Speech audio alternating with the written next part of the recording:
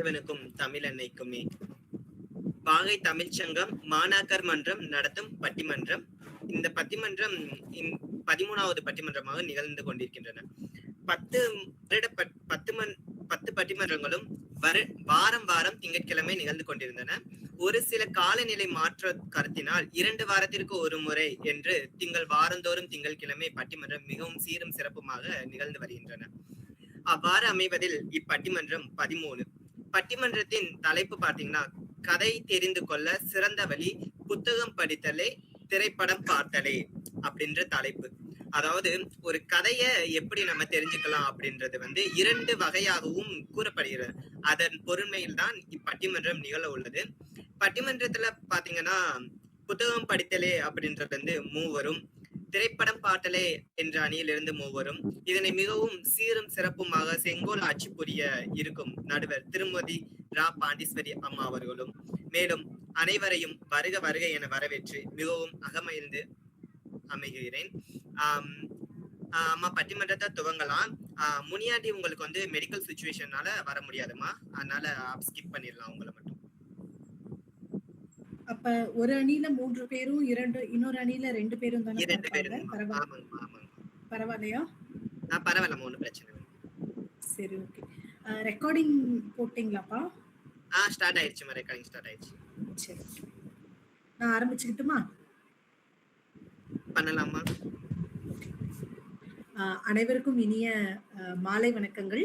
நான் முனைவர் ரா பாண்டீஸ்வரி, உதவி பேராசிரியராக நானோ அறிவியல் மற்றும் தொழில்நுட்பவியல் துறை ஸ்ரீ ராமகிருஷ்ணா பொறியியல் கல்லூரியில் பணியாற்றி வருகிறேன். நான் ஒரு ஆராய்ச்சியாளர். ஆனால் தமிழ் மீது கொண்ட பற்றின் காரணமாக வாகை தமிழ் சங்கத்தில் கடந்த 3 ஆண்டுகளாக கைகோர்த்து இவர்களுடன் பயணித்துக் கொண்டு இருக்கிறேன். வாகை மாணாக்கர் மன்றத்தில் எனது முதல் அனுபவம் இது, நடுவராக பங்கேற்பது. இந்த வாகை மாணாக்கர் மன்றம் இன்று நடத்தும் இந்த 13வது பட்டிமன்ற நிகழ்வுக்கு உங்கள் அனைவரையும் வருக வருக என வரவேற்பதில் பெருமகிழ்ச்சி அடைகிறேன்.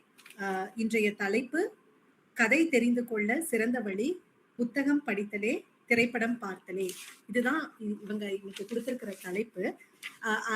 இந்த ஒருத்தர் இத பத்தி சொல்றதுக்கு முன்னாடி ஒரு சின்ன முன்னுரை நான் கொடுக்கணும் அப்படின்னு சொல்லி விருப்பப்படுறேன்.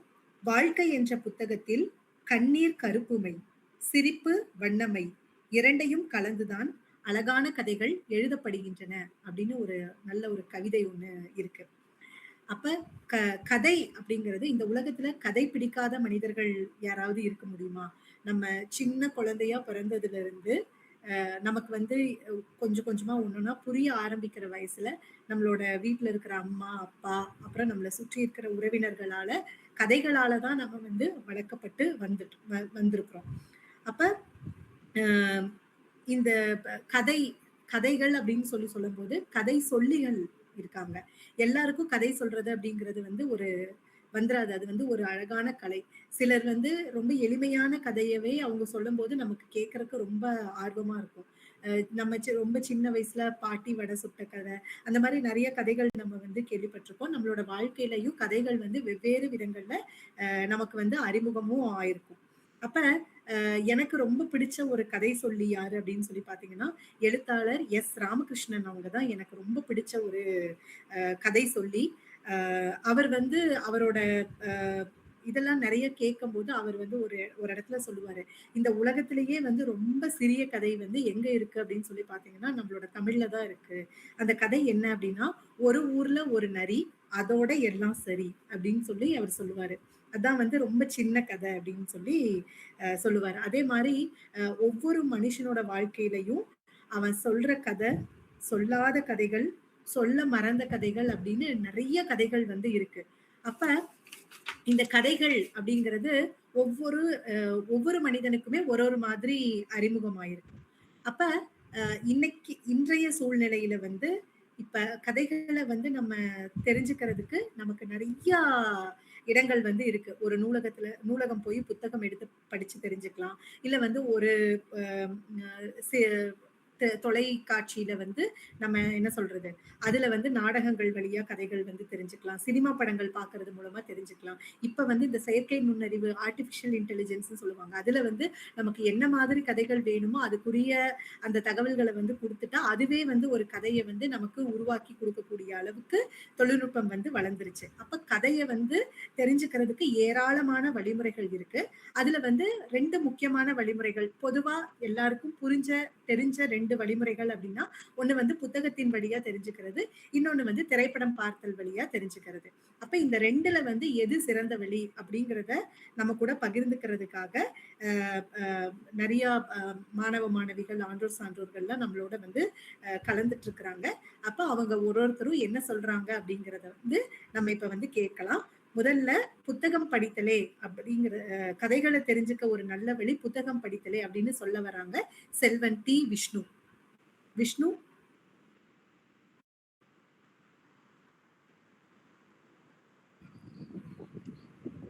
அனைவருக்கும் வணக்கம். ஆஹ் கன்னி தமிழ் போற்றி, கலைமகள் போற்றி, மண்ணு புகழ் தமிழனையின் மலரடி வணங்கி, அன்னை தமிழ் நாவில் தவழ, அன்புடன் அவையோருக்கும், எனது எதிரணியினருக்கும், மற்றும் என் அன்புள்ள அணியினருக்கும், மற்றும் இந்நிகழ்வை மிகவும் சீரும் சிறப்புமாக நிகழ்த்திக் கொண்டிருக்கும் நடுவர் அவர்களுக்கும் என் வணக்கத்தினை மீண்டும் ஒரு முறை தெரிவித்துக் கொள்வதை மிக்க மகிழ்ச்சி அடைகிறேன். நான் என்னை பாத்தீங்கன்னா ஆல்ரெடி உங்களுக்கு தெரிஞ்சிருக்கும். நான் வாகை தமிழ்ச்சங்கத்துல மாணாக்கர் மன்றத்துல ஒருங்கிணைப்பாளராக இருந்து வந்து கொண்டிருக்கிறேன். நான் வந்து இந்த பட்டிமன்றம் அப்படின்னு துவங்கினதுல இருந்து ஸ்டார்டிங் முதல் பட்டிமன்றத்துல இருந்து 13வது பட்டிமன்றம் வரை வெறும் சீரும் சிறப்புமாக வெற்றியுடன் நடத்தி கொண்டிருக்கிறேன். ஆனால் எனக்கான வாய்ப்பு என்பது முதல் பட்டிமன்றத்திலிருந்து கிடைக்கவில்லை. அதை வந்து ஏன் கிடைக்கவில்லைன்னு பாத்தீங்கன்னா, எங்களை தேடி வருவதற்கு தான் நாங்கள் முன்னுரிமை வழங்கப்படும். இந்த பட்டிமன்றத்திற்கு 13வது பட்டிமன்றத்தில் எனக்கு பேச வாய்ப்பளித்ததற்கு எங்கள் நிறுவனர் மனோஜ் ஐயாவுக்கு நான் முதலில் நன்றியினை தெரிவித்துக் கொண்டு என் உரைக்குள் நான் செல்ல துவங்குகிறேன். கதை தெரிந்து கொள்ள, அதாவது ஒரு புத்தகம் படித்தல் வந்து எப்படி இருக்கணும் அப்படின்னா, ஒரு உணர்ச்சியோட இருக்கணுங்க. அது வந்து நார்மலா நீங்க வந்து ஒரு வீடியோவை பார்த்து ஒருத்தவர் அதை சொல்றத வச்சு நீங்க தெரிஞ்சுக்கிறது வந்து அவ்வளவு சுவாரஸ்யத்தை வந்து அது கொண்டு வராது. ஏன் அப்படின்னு கேட்டீங்கன்னா, இப்ப ஒரு புத்தகத்தை எடுத்து நம்ம படிக்கும் போது அதுல இருக்கிற இயற்கை வளங்கள், அதுல இருக்கிற இலக்கணங்கள், இப்படி ஒவ்வொன்றத்தையும் நம்ம அப்படியே கொஞ்சம் கொஞ்சம் அணுவா நம்ம வந்து சுவாசிக்க முடியும், அனுபவிக்க முடியும். இதே ஒருத்தவர் கதை சொல்றாரு, இல்ல திரைப்படத்தை நீங்க பார்த்தே தெரிஞ்சுக்கிறீங்கன்னே வைங்களே, அதுல வந்து பாத்தீங்கன்னா அவங்களோட டைமுக்கும், அவங்களோட மனநிலைக்கும், அவங்களோட சூழ்நிலைக்கும் ஏற்றவாறு அந்த கதை வந்து ஒரு சில இடங்களில் மாற்றி அமைக்கப்படுகிறது. அது மட்டுமல்லாமல் எதுகை, மோனை இது போன்ற இலக்கண நடை வந்து காண வருவதே இல்லை. தமிழ் இலக்கியங்களிலிருந்து எவ்வளவோ பாடல் வரிகள் வந்து பாடல்களிலும் எடுத்தாளப்படுகின்றன. அந்த கதைகள் வந்து திரைப்படமாகவும் வந்து கொண்டிருக்கிறது. அது வந்து எல்லாருக்குமே தெரிஞ்ச ஒண்ணுதான். அதுல பாத்தீங்கன்னா என்ன ஒண்ணு பாத்தீங்கன்னா, அவங்க வந்து கதையை சொல்றதுக்கு, திரைப்படமே எடுக்கிறதுக்கு பாத்தீங்கன்னா பாதி கதையை வந்து சுருக்கிடுவாங்க. அப்படி இல்லைன்னா அந்த கதையில இருக்கிற அந்த மொழி நடை அந்த இது வந்து மாற்றி அமைக்கப்படுகிறது. அந்த இதெல்லாம் நம்மளுக்கு ஒரு ஆற்று நீர் போல, அதாவது ஆற்று நீர் போல போகிறதுக்கு நம்ம பார்க்கணும்னா அது வந்து புத்தகம் படிக்கிறத வச்சுதாங்க தெரிஞ்சுக்க முடியும். இப்ப வந்து புத்தகம் படிப்பது மூலம் நிறைய பயன்களும் இருக்கிறது அப்படின்னு எல்லாருமே சொல்றாங்க. ஏன் எப்படி சொல்றாங்கன்னு பாத்தீங்கன்னா, அறிவியல் பூர்வமாகவும் அது வந்து நிரூபிக்கப்பட்ட ஒண்ணுதான் சொல்ல முடியுது. இப்ப பாத்தீங்கன்னா, நான் வந்து தமிழ் இலக்கிய மாணவன். நான் ஒரு புத்தகத்தை வந்து எனக்கு புத்தகம் வாங்க கடினமாக இருந்தால் அதை நான் PDF கூட டவுன்லோட் பண்ணி படிக்கலாம். ஆனா PDF டவுன்லோட் பண்ணி படிச்சா கூட நம்ம ஒவ்வொரு லைனை ஸ்கிப் பண்ணிக்கிட்டு தான் போவோம். இதே அது ஒரு பிரிண்டாவோ இல்ல புத்தகமாவோ எடுத்து பார்த்தோம்னா மிகவும் சுவாரஸ்யமாக ஒவ்வொரு லைனாக நிறுத்தி நம் மனநிலையோடு, நம் மனதோடு ஒன்றிணைந்து அந்த வந்து வாசிக்கிறதுக்கான வாய்ப்புகள் அதிக அளவுல இருக்கும். நம்ம அந்த கதையோட பாத்திரத்தோட ஒன்றிணைந்துதான் நம்ம வந்து அந்த கதையை வந்து தெரிஞ்சுக்க முடியும். நீங்க நார்மலா ஒரு படத்தை பார்த்து நீங்க தெரிஞ்சுக்கணும் அப்படின்னா அந்த பாத்திரத்தோட நீங்க ஒன்றுபட மாட்டீங்க. ஏதோ ஒரு தவிர அதை நீங்க வந்து அனுபவிக்க முடியாது. அதனால நான் வந்து சொல்வது என்னன்னா, கதை தெரிந்து கொள்வதற்கு புத்தகம் படித்தல் தான் மிகவும் சிறந்தது அப்படின்னு சொல்றேன். இந்த இது வந்து பாத்தீங்கன்னா கற்பனை திறனை வளர்த்துக் கொள்வதற்கும் அடுத்தடுத்து நீங்கள் ஒரு எழுத்தாளராக மாற்றுவதற்கு புத்தகத்தை கண்டிப்பா நம்ம படித்துக் கொள்ளதான் வேண்டும் அப்படின்றது ரொம்ப முக்கியமான ஒண்ணு. இப்போ எல்லாம் பாத்தீங்கன்னா துப்பறியும் கதைகள் வந்து அதிக அளவுல இருக்கு.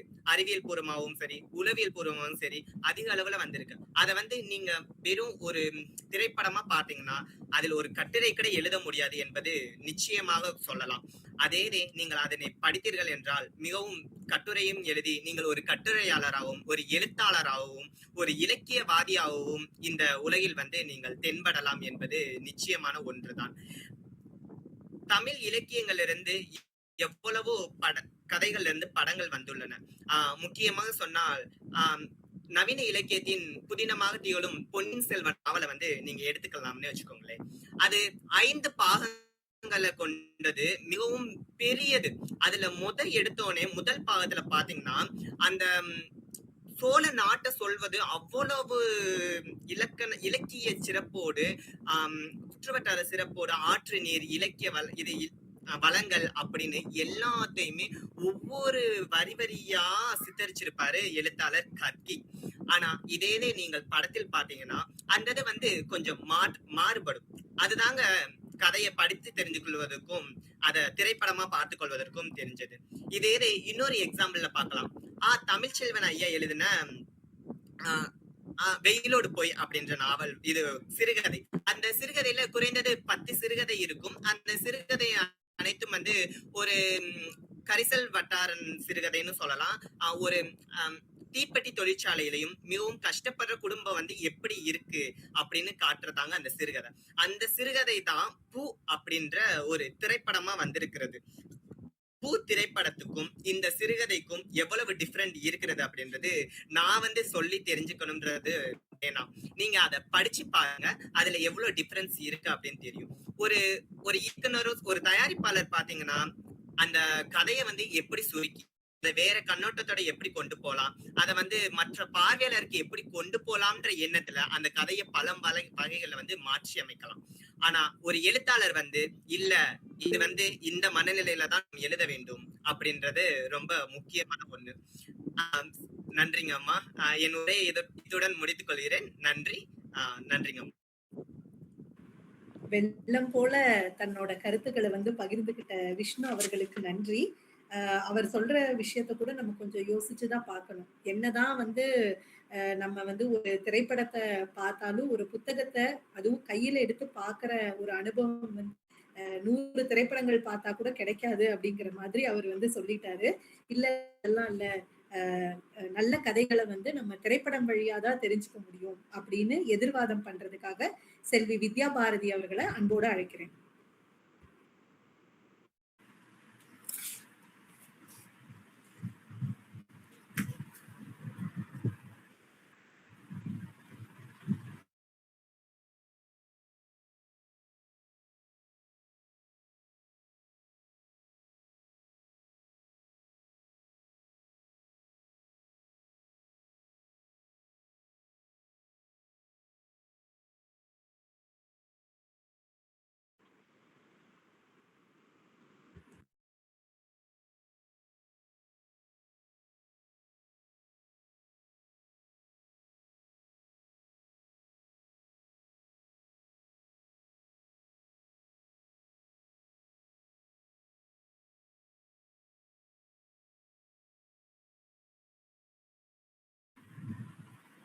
அம்மா என்னோட கேமரா லேப்ல வந்து ஆன் ஆகலங்க. சரி பரவாயில்ல, பேச ஆரம்பிங்கப்பா. நீங்க நேரம் கடந்துகிட்டே இருக்கு, அதனால நீங்க பேச ஆரம்பிங்க. அடுத்து இல்ல நீங்க பேசுங்க பேசுங்க. சரிங்க அம்மா. கடைசியில வேணா கேமரா ஆன் பண்ணிக்கலாம், நீங்க இப்ப பேசுங்க.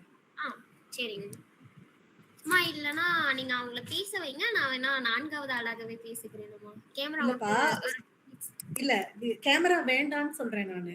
ஏன்னா உங்களுக்கு உங்களோட அணியில ஒருத்தர் வேற கிடையாது, அதனாலதான் நீங்க பேசுங்க. சரிங்கம்மா. வள்ளுவன் தந்த முப்பாலோடும் சிலப்பதிகாரத்தின் சிலம்பொலியோடும் பட்டிமன்றத்திற்கே உரிய கம்பீரத்தோடும் உங்களுக்கு எனது முதற்கண் வணக்கத்தை தெரிவித்துக் கொள்கிறேன். அம்மா அவர்களுக்கும் வாகை மன்றத்த உறுப்பினர் அவர்களுக்கும் என்னோட வணக்கத்தை தெரிவிச்சுக்கிறேங்கம்மா. முதலாவதா இன்னையோட தலைப்பு என்ன அப்படின்னா, கதை தெரிந்து கொள்வதற்கு சிறந்த வழி புத்தகம் படித்தலே திரைப்படம் பார்த்தலேன்னு சொல்றாங்க. புத்தகம் படித்தலே அப்படிங்கறத நான் எதிர்ப்பு சொல்ல மாட்டேன்.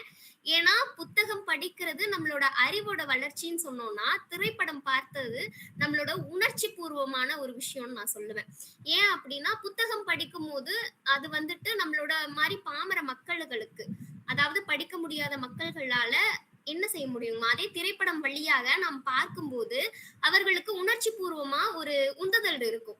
இதே நம்ம நார்மலா நம்ம எல்லாரும் படிக்கும் போது, புத்தகம் படித்து தெரிஞ்சுக்கொள்ளும் போது நமக்கு ஒரு கற்பனை திறன் நம்ம எல்லாத்துக்குமே வளரும் அப்படின்னு சொல்லுவோம். ஆனா திரைப்படம் பார்க்கும்போது நம்ம படிக்கும் போது அவன் கோவமா இருக்கான், அங்கிருந்து ஒரு குதிரை வேகமா ஓடி வருது அப்படின்னு சொல்றோம் அப்படின்னா, அது நம்ம நார்மலா சொல்லி கற்பனை தான் செய்ய முடியும். இதே திரைப்படத்துல சொல்லும் போது டக் டக் டக் அப்படின்னு சொல்லி அந்த குதிரை ஓடுற சத்தம் கொடுக்கறதும், பின்னாடி அதற்கு பின்னணி இசை கொடுக்கறதுனால நமக்கு ஒரு உணர்ச்சி நம்மளோட உடல்ல வந்து ஒரு சக்தி உருவாகிறது மாதிரியே இருக்குங்கம்மா. இது அந்த காலத்திலேயே நம்மளோட திருவள்ளுவரே சொல்லியிருக்காரு. என்ன அப்படின்னா, புத்தகம் படிக்கிறத காட்டிலும் திரைப்படம் மூலமா நமக்கு ஒரு உற்றான் துணைன்னு தான் சொல்லியிருக்காரு. என்ன அப்படின்னா, கற்றிலன் ஆயினும் கேட்க அஃதொருவருக்கு உற்றகத்தின் ஊற்றாம் துணை அப்படின்னு சொல்லியிருப்பாரு. அதாவது ஒருத்தன் கற்று கேட்டு தெரிஞ்சுக்கிறத விட ஒருத்தன் பார்த்து புரிஞ்சுக்கிற துணை இருக்கு இல்லையா, அது மூலமா உணர்ச்சி நிறைய பெருகுதுன்னு சொல்லுவாங்க.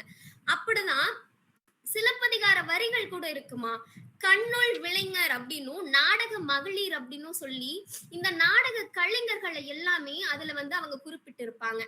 அது மட்டும் இல்ல, திரைப்படத்திற்கு விழுக்கு விருந்து அப்படின்னு சொல்லியிருப்பாங்க. அதாவது நம்மளோட விழிக்கு வந்து ஒரு விருந்து மாதிரியே இருக்கு திரைப்படங்கள் காட்சிகள் எல்லாம் அப்படின்னு சொல்லியிருப்பாங்க.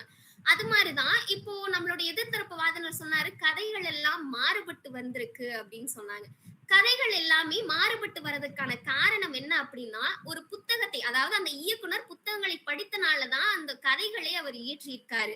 அது மக்களிடம் எளிமையா போய் சேர்றதுக்கு அந்த 5 பாகங்கள்ல 3.5 மணி நேரத்துல எப்படி சுருக்கணும்னா, 5 பக்கம் வருதுன்னா அது 5 நிமிஷத்துக்கு சுருக்கறதுக்கு அவர் என்னெல்லாம் வேலை செய்யணுமோ அதை அப்படிதான் சுருக்க முடியுமா.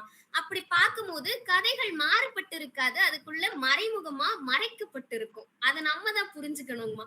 அப்படி மறைக்கப்பட்டு அதை அடிப்படையா கொண்ட நூல்கள் நிறைய இருக்கு. நம்மளோட திரைப்பட உலகல்ல எடுத்த முக்காவாசி திரைப்படங்கள் நம்மளோட தமிழ் இலக்கியங்களும் தமிழ் நாவல்களும் ஆங்கில நாவல்களும், ஏன் ஜப்பானியரும் இந்தியரும் சேர்ந்து எடுத்த நாவல்கள் கூட இருக்குமா. அதுல சில மட்டும் சொல்றேன். 2022 கல்கி எழுதினார் இல்லையா, பொன்னியின் செல்வன், அவர் சொன்ன மாதிரி. அடுத்து லாக்அப் அப்படிங்கிற நாவல் தான் தழுவி விசாரணை அப்படின்னு படம் எடுத்தாங்க.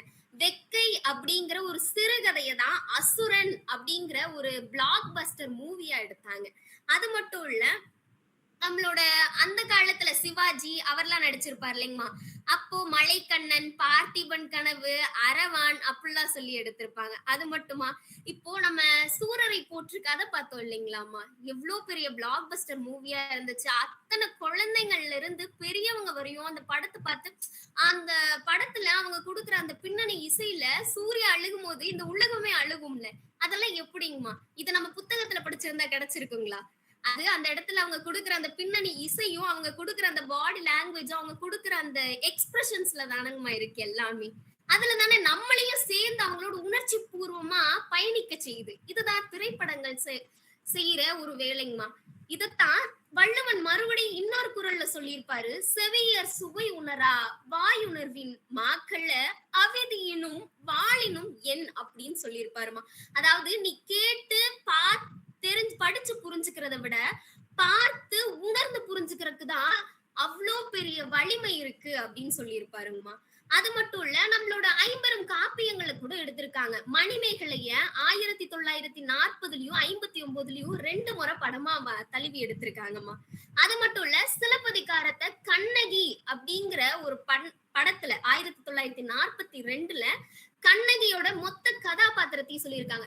இப்படி இன்றைய தொழில்நுட்ப வளர்ச்சி காலத்துல நம்மளுக்குலாம் நிக்கிறக்கே நேரம் இல்ல. அப்படி இருக்கும்போது ஒரு புத்தகத்தை எடுத்து வச்சு படிக்கிறதுக்குலாம் இங்க நேரமே கிடையாதுங்கம்மா. அப்படி இருக்கும்போது நம்ம போயிட்டு இருக்க இந்த காலகட்டத்துல அந்த 3 மணி நேரம் படத்தை பார்த்துதான் நம்மளால சொல்றேன், கதை தெரிந்து கொள்வதற்கு சிறந்த வழி திரைப்படம் பார்த்தல். அதனாலதான் இப்படி நம்ம கிட்ட எவ்ளோ தமிழ் காப்பியங்கள் இருக்குங்கிறது கூட இன்றைய பாமர மக்கள்களுக்கும் சின்ன குழந்தைங்கள்ல இருந்து வயதினர் வரைக்கும் தெரியுது. அது மட்டும் இல்ல, நம்மளோட ஒரு ரொம்ப பெரிய இக்கட்டான சூழல் 2019 20ல பேண்டமிக் சிச்சுவேஷன்மா COVID-19. அப்ப நம்ம எல்லாம் வீட்டுக்குள்ள முடங்கி கிடந்த நேரம் நம்ம எல்லாம் என்ன பண்ணிட்டு இருந்தோம்? விளையாடிட்டு இருந்தோம். டிவில என்னங்கம்மா பார்த்துட்டு இருந்தோம்? சும்மா விளையாட்டு பொழுதுபோக்கு படங்களையா பார்த்துட்டு இருந்தோம்? மகாபாரதம், ராமாயணம், சூர்யா பகவான் கதை அப்படின்னு சொல்லி நமக்கு ஒவ்வொரு தமிழர் வரலாற்று இலக்கிய கதைகள் எல்லாமே நமக்கு திரைப்படங்களா திரை காட்சிகளா நமக்கு வெளிப்படுத்தி சொன்னாங்க. அது எல்லாமே கதை தெரிந்து கொள்றதுக்கு சிறந்த வழி திரைப்படங்கள் தான் நான் சொல்றேன்.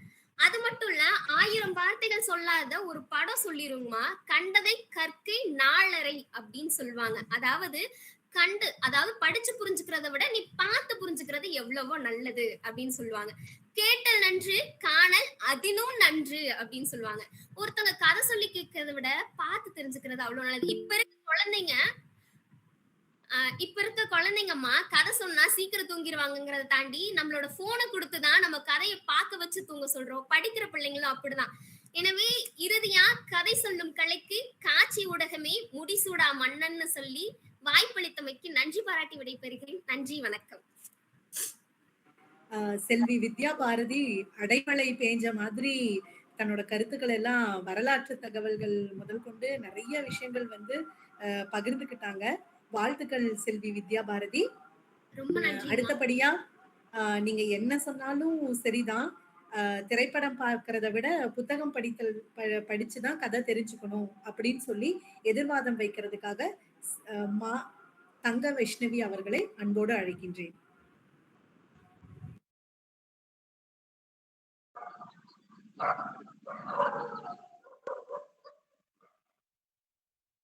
வாகை தமிழ்ச்சங்க உறவுகளுக்கு என் இனிய இரவு வணக்கம். இணைய வழியில் என்னோடு என்னோடு இருக்கும் பேச்சாளர்கள், எதிரணியில் இருக்கக்கூடிய பேச்சாளர்கள் அனைவருக்கும் என் வணக்கத்தை தெரிவித்துக் கொள்கிறேன். இன்று நமக்கு வழங்கி இருக்கக்கூடிய தலைப்பு கதை தெரிந்து கொள்ள சிறந்த வழி புத்தகம் படித்தலே திரைப்படம் பார்த்தலே. சற்று முன்பு பேசி இணையத்தில் அமைந்திருக்கக்கூடிய சகோதரி கூறினார்கள், இன்றைக்கு வந்து குழந்தைங்க கிட்ட கதை சொன்னா குழந்தைங்க வந்து தூங்கிடுறாங்க, போனை கொடுத்தாதான் பிள்ளைங்க வந்து ஆக்டிவா இருக்காங்க அப்படி சொன்னாங்க. அதனால எவ்வளவு ஒரு தீங்கு இருக்குங்கிறத அவங்க வந்து புரிஞ்சுக்கிறது இல்ல. இன்னைக்கு நான் கண்கூடா பார்த்த ஒரு விஷயம், எனக்கு கூட பிறந்த ஒரு அக்கா, அவங்களுக்கு வந்து ஒரு பொண்ணு இருக்கு. அவளுக்கு நாங்க ஒரு 3 வயசு வரைக்கும் போனை காட்டியே சாப்பிடுறது, தூங்குறது இப்படி போனை கொடுத்து பழகி அந்த பொண்ணுக்கு காலப்போக்குல என்ன ஆயிடுச்சு அப்படின்னா பேச்சு வரல கொஞ்ச நாள். அப்ப நாங்க பயப்பட ஆரம்பிச்சோம். ஐயோ போன் காட்டுறதுனாலதான் என்ன வரல, பேச்சு வரல.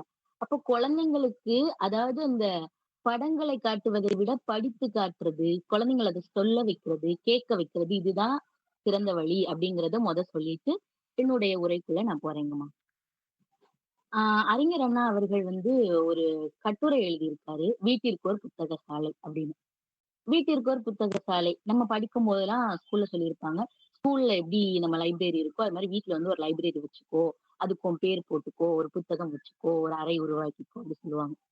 இப்ப அறிஞர் அண்ணா அவர்கள் என்ன சொல்றாங்க அப்படின்னா, வீட்டிற்கு ஒரு புத்தக சாலையில எப்படி படிக்க தொடங்கணும். நான் ஒரு சின்ன ஒரு 3 வயசு பொண்ணா இருக்கேன், இல்ல ஒரு 5 வயசு பொண்ணா இருக்கேன். எடுத்ததும் நான் வந்து வேள்பாரி தான் படிப்பேன், இல்ல பொன்னியின் செல்வன் தான் படிப்பேன் அப்படின்னா என்னுடைய வயதிற்கு அது ஏற்ற புத்தகம் கிடையாது. அப்ப நான் என்ன பண்ணணும், சின்ன சின்ன அந்த பஞ்சதந்திர கதைகளை கேட்கணும். எப்போ எனக்கு வாசிக்க ஆரம்பிக்க பழகுறேனோ அப்ப நான் வந்து பஞ்சதந்திர கதைகள், தெனாலிராமன் கதைகள், இந்த மாதிரி சின்ன சின்ன கதையா வாசிக்க ஆரம்பிக்கணும். அப்ப அறிஞர் அண்ணா அவர்கள் என்ன சொல்றாங்க அப்படின்னா, நான் ஒரு 5 வயசு வரைக்கும் பஞ்சதந்திர கதைகள் படிச்சேன், அதுக்கடுத்து தெனாலிராமன் கதைகள் படிச்சேன், அடுத்து கொஞ்சம் கொஞ்சமா போக போக என்னுடைய வயதுக்கு ஏத்த மாதிரி புத்தகங்கள் படிக்க ஆரம்பிச்சேன், அடுத்து ஆங்கில நாவல்கள் படிக்க ஆரம்பிச்சேன் அப்படின்னு சொல்லி அவருடைய புத்தகம் வாசிக்கக்கூடிய பழக்கத்தை சொல்றாங்க. இன்னைக்கு இருக்கக்கூடிய இளைஞர்கள் புத்தகம் வாசிக்கிறதை ஏன் வெறுக்கிறாங்க அப்படின்னா, புத்தகத்தை பார்த்தோன்னே தூக்கம் வருது. ஏன் அப்படின்னா, உன்னுடைய மனநிலைக்கு எந்த புத்தகம் ஏற்றதோ அதை எடுத்து நீ படிச்ச அப்படின்னா அது உனக்கு வந்து கொஞ்சம் ஏற்றதா இருக்கும். இதுக்கு முன்னாடி பேசினவங்க என்ன சொன்னாங்க அப்படின்னா, சூரரை போற்று படம் பார்க்கும்போது அந்த சூர்யா அவர்கள் அழுகும் போது அவங்களுக்கு அழுக வந்துச்சு அப்படி சொல்லி சொன்னாங்க. இந்த இடத்துல நான் ஒண்ணு பதிவு பண்ணிக்கிறேன். எனக்கு ரொம்ப பிடிச்ச எழுத்தாளர் வந்து பெருமாள் முருகன் அப்படிங்கிற ஒரு எழுத்தாளர். பெருமாள் முருகன் அவர்கள் எழுதிய சர்ச்சைக்கு உட்பட்ட மாதுருபாகன் அப்படிங்கிற ஒரு புத்தகத்துல, நாவல்ல, அந்த மாதுருபாகன்ல என்ன சொல்லியிருப்பாங்க அப்படின்னா, அந்த பொண்ணுக்கு ஒரு மலடி, வருடி அவங்களோட பாஷையில சொல்லணும்னா. அந்த வருடி என்னென்ன துன்பப்படுவா, எவ்ளோ கஷ்டப்படுவா அப்படிங்கிறத ஒவ்வொரு ஒவ்வொரு சாப்டர்லயும் பார்க்கும்போது நம்மளுக்கு அழுக வரும். ஐயோ! நம்ம வீட்ல ஒருத்தவங்க இருந்தா அவங்களே இப்படி சொல்லும்போது நம்மளுக்கு அழுக வரும் இல்லையா? ஏன் நாளைக்கு இது நம்மளுக்கே நடந்தா அழுக வரும் இல்லையா? அப்படி புத்தகங்கள் ஒண்ணொண்ணையும் நம்மளுக்கு கத்துக் கொடுத்துக்கிட்டே இருக்குதுங்கம்மா. இன்னொன்னு, சூர்யா நடனமாடி வைரமுத்து அவர்கள் பாடல் எழுதி கொடுத்த ஒரு பாடல், "அவள் வருவாளா" அப்படிங்கிற ஒரு பாடல். அதுல வந்து "கண்டு கேட்டு உண்டுயிர்த்து அத்தனையும் ஐம்புலன்களும் பெண்ணில் இருக்கு" அப்படின்னு சொல்லி அவர் எழுதியிருப்பாரு. அத இவங்க எழுதுறதுக்கு முன்னாடியே நம்ம திருவள்ளுவர் எழுதிட்டாரு. இப்ப சூர்யா அவர்கள் பாடல்ல சொல்லும்போது, "கண்டு கேட்டு உண்டுயிர்த்து அத்தனையும் ஐம்புலனும் பெண்ணில் இருக்கு" போயிடுச்சு அவ்வளவுதான். அத நீ பாட்டோட கேட்டுட்டு போயிரு. இதே ஒரு திருக்குறள் புக் எடுத்து அத வள்ளுவர் என்ன சொல்றாரு அப்படின்னா, "கண்டு கேட்டு உன்றுயிர்த்து உற்றறியும் ஐம்புலனும் ஒண்தொடி கண்ணே உள" அப்படி சொல்லி சொல்றாரு. இந்த கண்டு கே கா கண்ணால பாக்குறது, காதால கேட்கிறது, நாவால ருசிக்கிறது, உணரக்கூடிய அந்த சக்தி இது எல்லாமே இந்த 5 பொறிகளினுடைய இன்பங்கள். இந்த 5 இன்பங்களும் யார்கிட்ட வெளிப்படுது அப்படின்னா, "பெண்ணே உன்கிட்ட தான் வெளிப்படுது" அப்படின்னு சொல்லி சொல்றாங்க. பாடலா கேட்கும்போது போயிருது. ஒரு குறள் எடுத்து வாசிக்கும்போது, அது எந்த அளவு நம்ம மனதுல ஆழ பதியுது அப்படிங்கிறத சொல்லலாமா. இன்னொன்னு என்ன அப்படின்னா, திரை இசை பாடல்கள்ல "யாயும் யாயும் யாராகியரோ எந்தையும் நுந்தையும் எம்முறை கேளீர் தீதும் நன்றும் பிறர் தரவாரா" அப்படிங்கிற ஒரு பாடல். இதேதான் இன்னொரு பாடல்ல வந்து எழுதி வச்சிருக்காங்க. "யாயும் யாயும் யாராகியரோ செம்புள்ள பெயர் நீர்ப்போர் அன்புடன் தான் நெஞ்சம் கலந்தனவே." அந்த பாடல்களை கேட்பதை காட்டிலும் இவ்வாறு இருக்கக்கூடிய சங்க இலக்கிய பாடல்களை படிக்கும்போது, நமக்கு அந்த ஒரு தலைவன், தலைவி அப்படிங்கிற ஒரு மேஜிக்கல் வேர்ல்டுக்குள்ள போறதுக்கான நம்மளுக்கு ஒரு வாய்ப்பு கிடைக்குங்கம்மா. இன்னொன்னு என்ன சொல்றேன் அப்படின்னா, கொரோனா காலத்துல வந்து எதுவுமே பண்ண முடியல. ஃபோன தானே பார்க்க முடிஞ்சுச்சு அப்படின்னு. அந்த ஃபோன்லயும் ஆன்லைன் கிளாஸ் வச்சாங்க இல்லையா? அங்கேயும் புத்தகம் தானே படிக்க சொல்றாங்க. அது ஒரு இதுங்க. ஆ பெரும்பாலும் இப்ப இருக்கக்கூடிய எழுத்தாளர்களினுடைய நிலை இன்றைக்கு வேணா ஓரளவு நல்ல ஒரு தரமான நிலையில இருக்கலாம். ஆனா அன்றைக்கு வாழ்ந்த எழுத்தாளர்களினுடைய நிலை ஒரு கேள்விக்குறியான வாழ்க்கை நிலையில இருந்தது. உதாரணமா புதுமை பித்தன் அவர்கள் வந்து டெய்லியும் அவங்களோட மனைவிக்கு வந்து கடிதம் எழுதக்கூடிய வழக்கம் இருந்திருக்கு. அந்த கடிதம் எழுதக்கூடிய வழக்கத்துல அவங்க மனைவிட்ட சொல்லுவாங்க. இன்னைக்கு காசு கம்மியா இருக்கு, காசு கம்மியா இருக்குன்னு சொல்லும்போது, "கொஞ்சம் பொறுத்துக்கோ. இந்த புத்தகம் வந்து இப்பதான் பதிப்புக்கு போயிருக்கு. பதிப்புக்கு போயிட்டு வந்ததுக்கு அப்புறம் வித்துரும். வித்துருச்சுன்னா அந்த காசு நம்மளுக்கு தானே" அப்படிங்கிற ஒரு எழுத்தாளரின் வறுமை நிலை அங்க தெரியுது. இதே ஒரு திரைப்படத்துல நடிக்கக்கூடியவங்களா இருக்கட்டும், நடிச்சாலும் காசு, சும்மா வந்து நின்னு டான்ஸ் ஆடினாலும் காசுதான். அதனால நம்மளுக்கு எந்த பயனும் இல்ல. ஒரு எழுத்தாளரினுடைய நிலையை உணர்ந்து நம்ம எப்ப படிக்க ஆரம்பிக்கிறோமோ, அன்னைக்கு நம்மளுக்கு அந்த வழிகள் எல்லாமே தெரிய ஆரம்பிக்கும். அது ஒரு இத சொல்லலாம். அதுக்கடுத்து நம்ம நம்ம புரட்சியாளர் பகத்சிங் ஐயா அவர்கள் இருக்காங்க இல்லையா? அவங்க வந்து தன்னை தூக்கு மேடையில போட போற நேரத்துல கூட, "கொஞ்சம் பொறுங்களேன். நான் வந்து இந்த புத்தகத்த மட்டும் படிச்சு முடிச்சுட்டு வந்துர்றேன். அதுக்கடுத்து நீங்க என்னைய வந்து என்னனாலும் பண்ணிக்கோங்க" அப்படிங்கிற சொல்றாரு. ஏன் அவர் அந்நேரம் நெனச்சிருந்தா, "கொஞ்சம் பொறுங்க. நான் அந்த படத்த மட்டும் பார்த்துட்டு வந்துர்றேன்" அப்படின்னு கூட சொல்லியிருக்கலாமே. ஏன் புத்தகம் படிக்கிறத நெனச்சாங்க அப்படின்னா, புத்தகம் படிக்கிறதால மட்டும் தான் எல்லா நிலைகளையும் மாற்ற முடியும். இந்த சமூகத்தை மாற்றக்கூடிய ஒரு பெரு ஆயுதம் இந்த புத்தகம் மட்டுமே. இறுதியாக ஒன்றை மட்டும் சொல்லி நிறைவு செய்கிறேன். மொழிகளுக்கெல்லாம் ஒரு இந்த ஸ்கில் டெவலப்மென்ட் அப்படின்னு சொல்ற மாரி திறனை மேம்படுத்திக் கொள்வதற்கு LSRW அப்படி சொல்லி சொல்லுவாங்க. எல்ன்னா என்ன அப்படின்னா லிசனிங் நம்ம கேட்கிறது. எஸ்ன்னா என்ன அப்படின்னா படிக்கிறது அது மாரி. அடுத்த ஆர் அப்படின்னா ரீடிங். இப்ப நம்ம சொல்றோம் இல்லையா? படிக்கிறது, புத்தகம் படிக்கிறது. அப்படின்னா ரைட்டிங். இந்த 4ல எங்கேயாவது வாட்சிங் இருக்குதாம்மா? திரைப்படம் பார்க்கிறதுன்னு எங்கேயாவது இருக்கா? இல்ல. அதனால புத்தகம் படித்தல் தான் கதை தெரிந்து கொள்ள சிறந்த வழி என்று கூறி, வாய்ப்பளித்தமைக்கும், வாய்மொழி கேட்டமைக்கும் நன்றி கூறி விடைபெறுகிறேன். நன்றி, வணக்கம். வாழ்த்துக்கள் தங்க வைஷ்ணவி. ரொம்ப அருமையான கருத்துக்கள். கதைகள் அப்படிங்கிறத தாண்டி ஏன் வந்து புத்தக வாசிப்பு அவசியம் அப்படிங்கிறத தன்னோட பக்கத்து நியாயத்தை வந்து ஆணித்தனமா எடுத்து சொல்லி இருக்கிறாங்க தங்க வைஷ்ணவி. வாழ்த்துக்கள். அடுத்த படியா திரு முனியாண்டி அவர்கள் இல்லாததுனால மறுபடியுமே புத்தகம் படித்தல் தான் சிறந்தது அப்படின்னு சொல்றதுக்காக செல்வி ராதிகா ராமையா அவர்களை அன்போடு அழைக்கின்றேன்.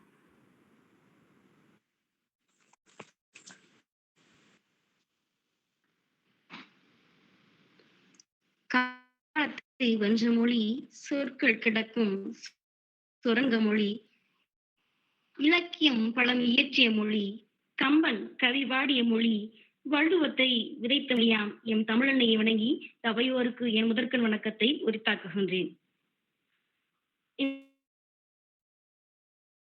இன்றைய தலைப்பு கதை தெரிந்து கொள்வதற்கு சிறந்த வழி புத்தகம் படித்தல், திரைப்படம் பார்த்தலே. நான் மேற்கொண்ட தலைப்பு கதைகளை தெரிந்து கொள்ள சிறந்த வழி புத்தகம் படித்தலே. சிறந்த வழி என்றால் புத்தகம் படித்தலே. அஞ்சிலும் பிஞ்சிலும் கண்டதை காண்பதை எல்லாம் உண்மை என மையம் கொண்டது இந்த மனம். பாடசாலைக்கு சென்ற பின்புதான் உண்மை கதைகள் உள்ளத்தில் உருகுள்ள துவங்கியது. விழி திரையில் தோன்றியவை எல்லாம் கற்பனை காட்சிகள் என அறிய துவங்கியது இந்த மனிதம். புத்தகம் அல்ல என்றால் ஆத்திச்சூடியின்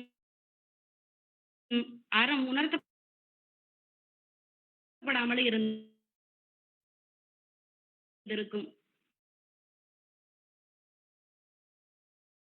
புத்தகம்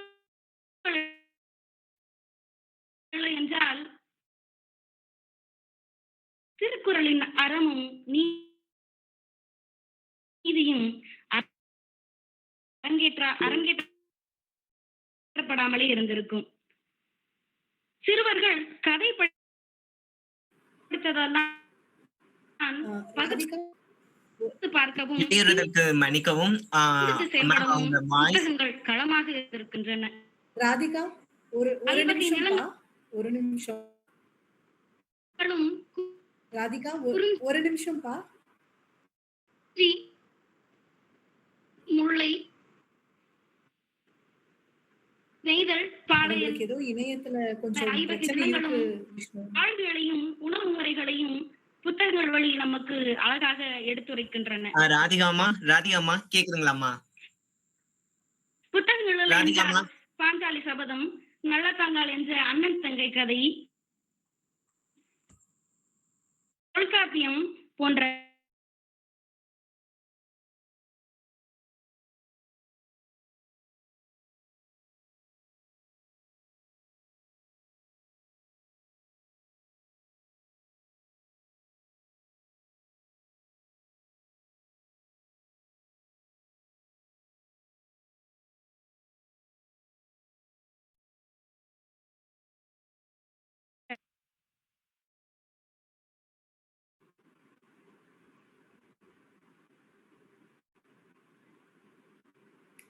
ராதிகா நீங்க பேசுறது கேட்கவே இல்லப்பா.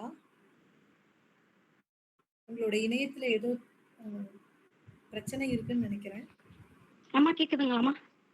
நீங்க வந்து ஆன் பண்ணாம தற்பொழுது கேக்குதா? கேக்குது. நீங்க வீடியோ இப்ப கேக்குதாமா? ஆன் பண்ண வேண்டாம். கேக்குதுப்பா, கேக்குது. அம்மா இப்பொழுது கேக்குதா? சரிங்கம்மா. கேக்குதுப்பா. முதல்ல இருந்து சொல்லுங்கம்மா. வீடியோ ஆன் முதல்ல இருந்து ஆரம்பிக்கலாமா? நீங்க கொஞ்சம் சுருக்கமா முதல்ல இருந்து ஆரம்பிச்சுக்கோங்க. இன்னும் உங்களுக்கு ஒரு 2 நிமிடங்கள் தான் இருக்கு. 1 நிமிடம் நான் அதிகமா தர்றேன். அதனால ஒரு 3 நிமிடத்துக்குள்ள முடிக்கிற மாதிரி பாத்துக்கோங்க.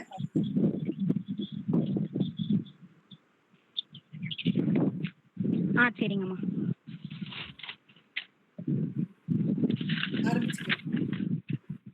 அவையோருக்கு வணக்கம். கதைகளை தெரிந்து கொள்ள சிறந்த வழி புத்தகம் படித்தலே. அஞ்சலும் குஞ்சிலும் கண்டதை உண்மை என மையம் கொண்டது மனம். பாடசாலைக்கு சென்ற பின்புதான் உண்மை கதைகள் உள்ளத்தில் உருகுள்ள துவங்கியது. விழித்திரையில் தோன்றியெல்லாம் கற்பனை காட்சிகளை என அறிய துவங்கியது இந்த மனிதம். புத்தகமில்லை என்றால் ஆத்திச்சூடியின் அறமும் உண்மையும் உணராமலே போயிருக்கும். புத்தகமில்லை என்றால் திருக்குறளின் அறமும் வாழ்வியல் நீதியும் உணர்த்தப்படாமலே இருந்திருக்கும். 5 நிலங்களும் குறிஞ்சி, முல்லை, மருதம், பாலை, நீதல் என வாழ்வியலும் உணவு முறைகளும் விரிவாக எவருக்கும் தெரிந்திருக்காது. நல்லதங்கால் என்ற அண்ணன் புத்தக கதைகள் எவரும் அறியப்படாமலே போயிருக்கும். தொல்காப்பியத்தின் வாளாக தமிழின் தொன்மையும் இலக்கணமும் இருந்த இடம் தெரியாமலே சென்றிருக்கும். ஆற்றுப்படை நூல்கள், திருமுறைகள், நாயன்மார்கள் பற்றியும் அவர்கள் கொண்டிருந்த தெய்வ பற்று பற்றியும் காதல் பற்றியும் உணராமலே கடந்திருக்கும்.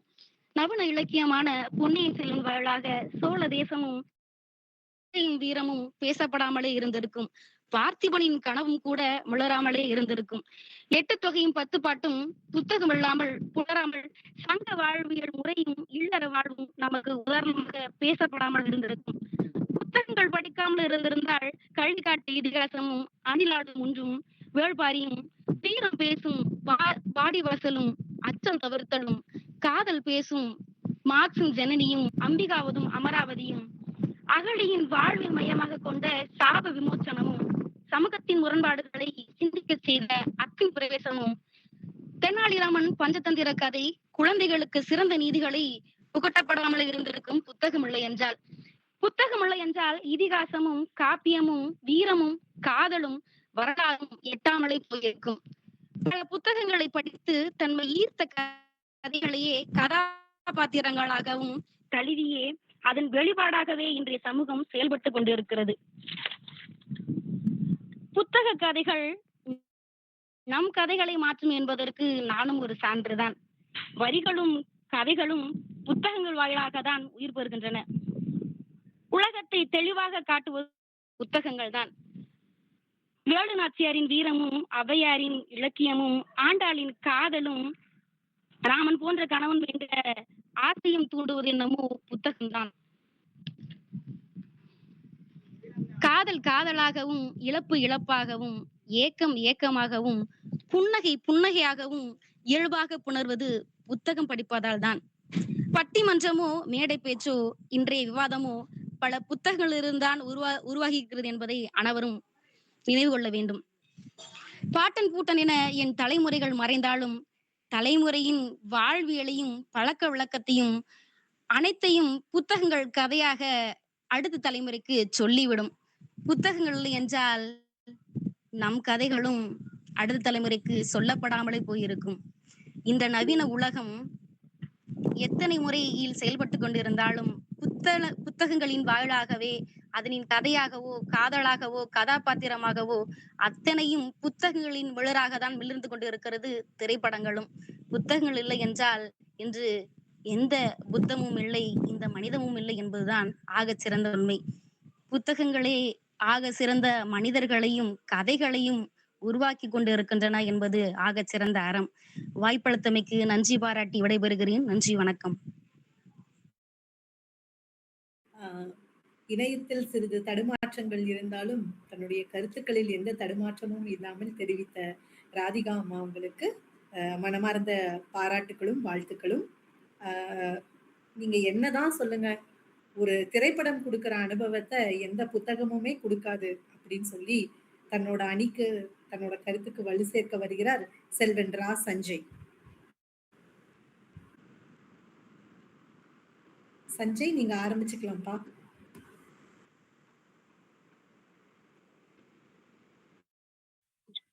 வணக்கம் அம்மா.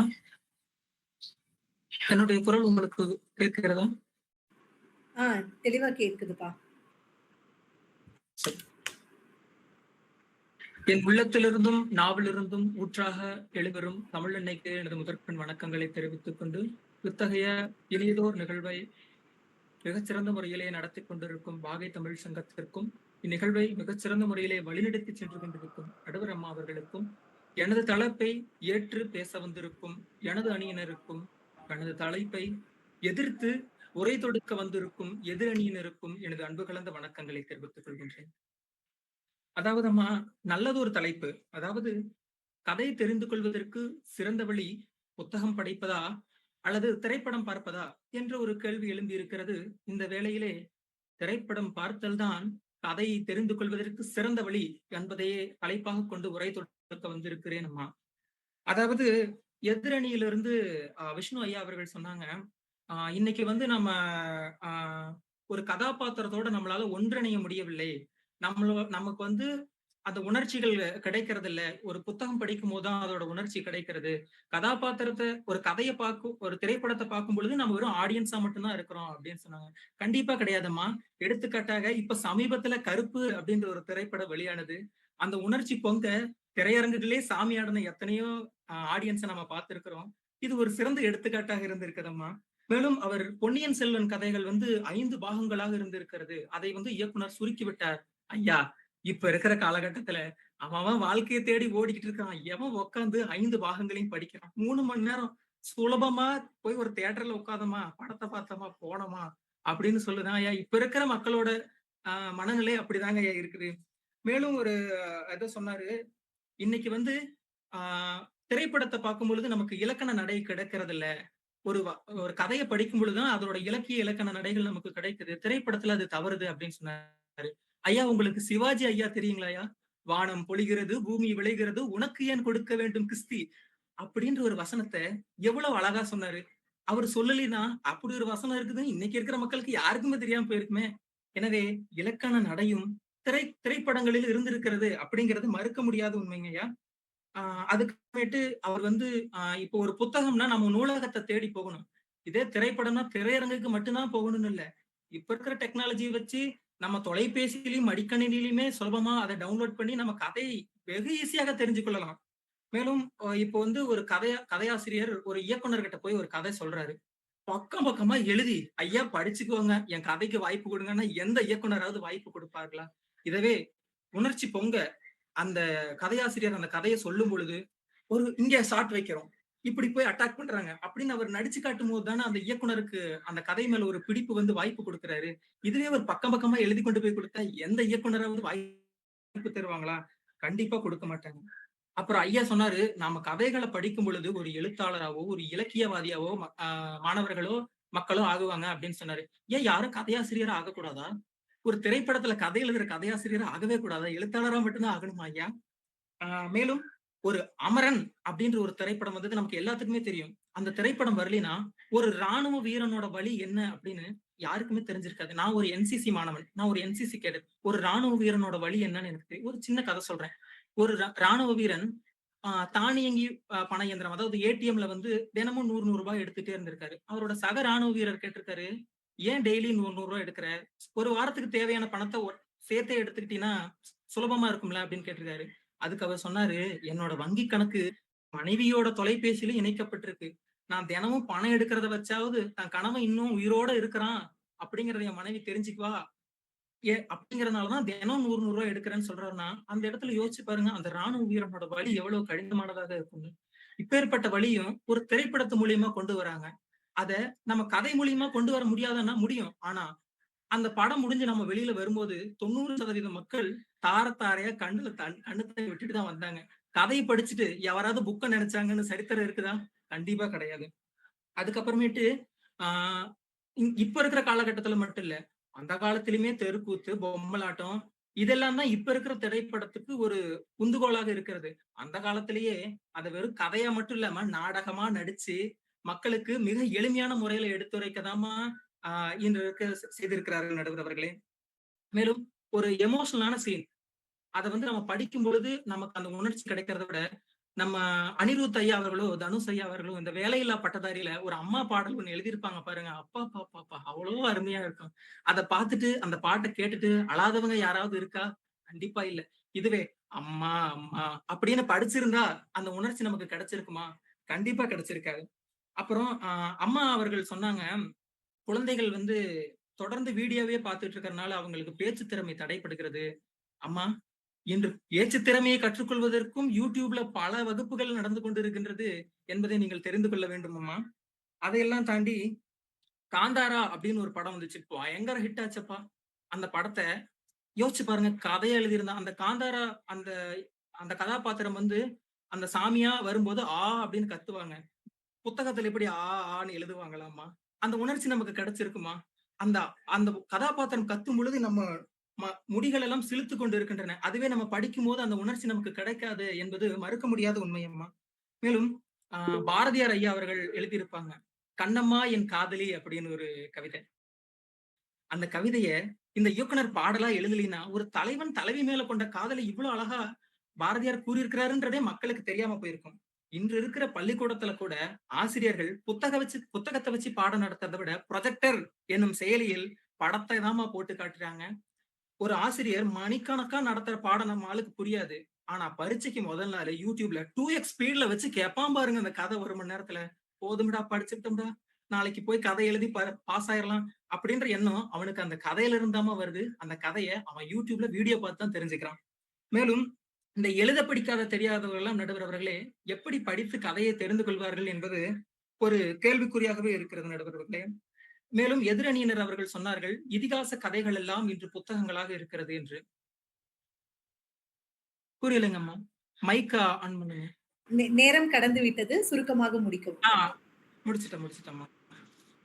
இந்த இதிகாச கதைகள் எல்லாம் நம்ம புத்தகத்தை படிச்சு தெரிஞ்சுக்கிறத விட இன்னைக்கு சன் டிவில நாடகம் ஒண்ணு ஓடிட்டு இருக்கு ராமாயணம்னு. அதை வச்சுதான் இன்னைக்கு ராமாயணம்ன்ற கதையை மக்கள் தெரிஞ்சுக்கிறாங்கம்மா. எதிரணியினர் ஏற்றுக்கொண்டாலும் ஏற்க மறுத்தாலும் இன்று நூலகத்தில் இருக்கும் கூட்டத்தை விட திரையரங்குகளில் தான் கூட்டம் அதிகமாக இருக்கிறது. எனவே மக்கள் தீர்ப்பே மகேசன் தீர்ப்பு என்பதை ஏற்றுக்கொண்டு நல்லதொரு தீர்ப்பை வழங்குமாறு நடுவர் அவர்களுக்கு தாழ்ந்து பணிவன்புடன் கேட்டுக்கொண்டு விடைபெறுகின்றேன். நன்றி, வணக்கம். எளிமையான நடையில் தனது கருத்துக்களை அழுத்தமாக பதிவு செய்த செல்வன் ரா சஞ்சய் அவர்களுக்கு மனமார்ந்த வாழ்த்துக்கள். இப்ப கிட்டத்தட்ட நம்ம பட்டிமன்றத்தோட முடிவை நெருங்கிட்டோம். நீங்க எல்லாரும் சொன்னதை வச்சு சில குறிப்புகள் நான் எடுத்திருக்கேன். நான் எந்த அணி சார்பாவும் இந்த கருத்துக்களை சொல்லல. ஆனா 2 அணிக்குமே பொதுவான சொல்லுங்கப்பா. அம்மா ஒரே ஒரு தகவல் மட்டும் சொல்லிக்கலான் இருக்கேன், ஒரு நிமிஷம் மட்டும். எதிரணியர் சொன்னதுதான் அவங்களை எதிர்க்கணும் அப்படிங்கிறது இல்ல, அதை தாண்டி அவங்களுக்கு ஒண்ணு சொல்லணும் அப்படிங்கிறது தாங்கம்மா. அதாவது வாட்சிங் ஸ்கில் அப்படிங்கிறது இல்லைன்னு சொல்லியிருந்தாங்க இல்லையா, LSRW அப்படி இல்லை.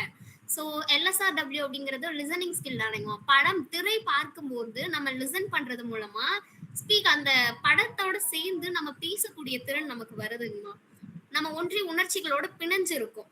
அதனாலதான் ரீடிங், அதாவது நம்ம அதுல வர சப்டைட்டில்ஸை படிக்கிறதாகட்டும், அதுல போடுற ஒவ்வொரு விஷயத்தையும் நம்ம படிப்போம்.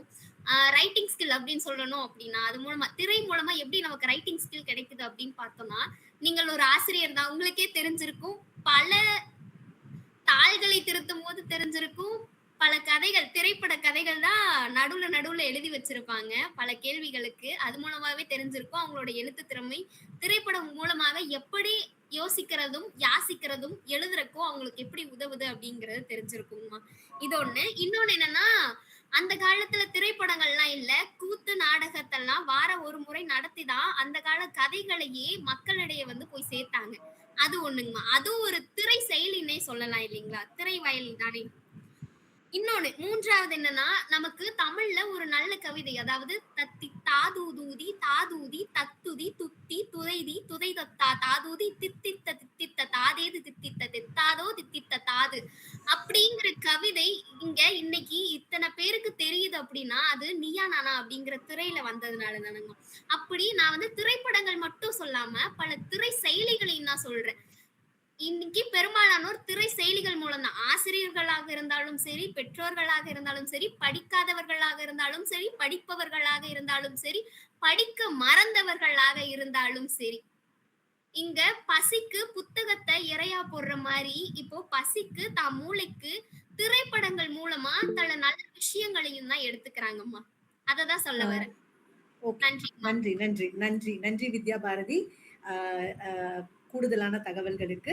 இப்ப நான் என்னோட கருத்துக்களை கொஞ்சம் நான் பதிவு செய்யணும்னு விருப்பப்படுறேன். இப்ப நீங்க நிறைய விஷயங்கள் சொன்னீங்க, அதுல இருந்து சில கோர்வையா நான் சில எடுத்துக்கிறேன். எந்த அணிக்கும் சார்பா இதை நான் சொல்லல. அதுல இருக்க நல்லது தீயதை என்னோட பார்வையில நான் கொஞ்சம் சுருக்கமா சொல்லணும்னு நினைக்கிறேன். ஒரு புத்தகம் படிக்கிறதுனால என்னென்ன நன்மைகள் கிடைக்குது, சிலதெல்லாம் நிறைய நீங்க சொன்னீங்க.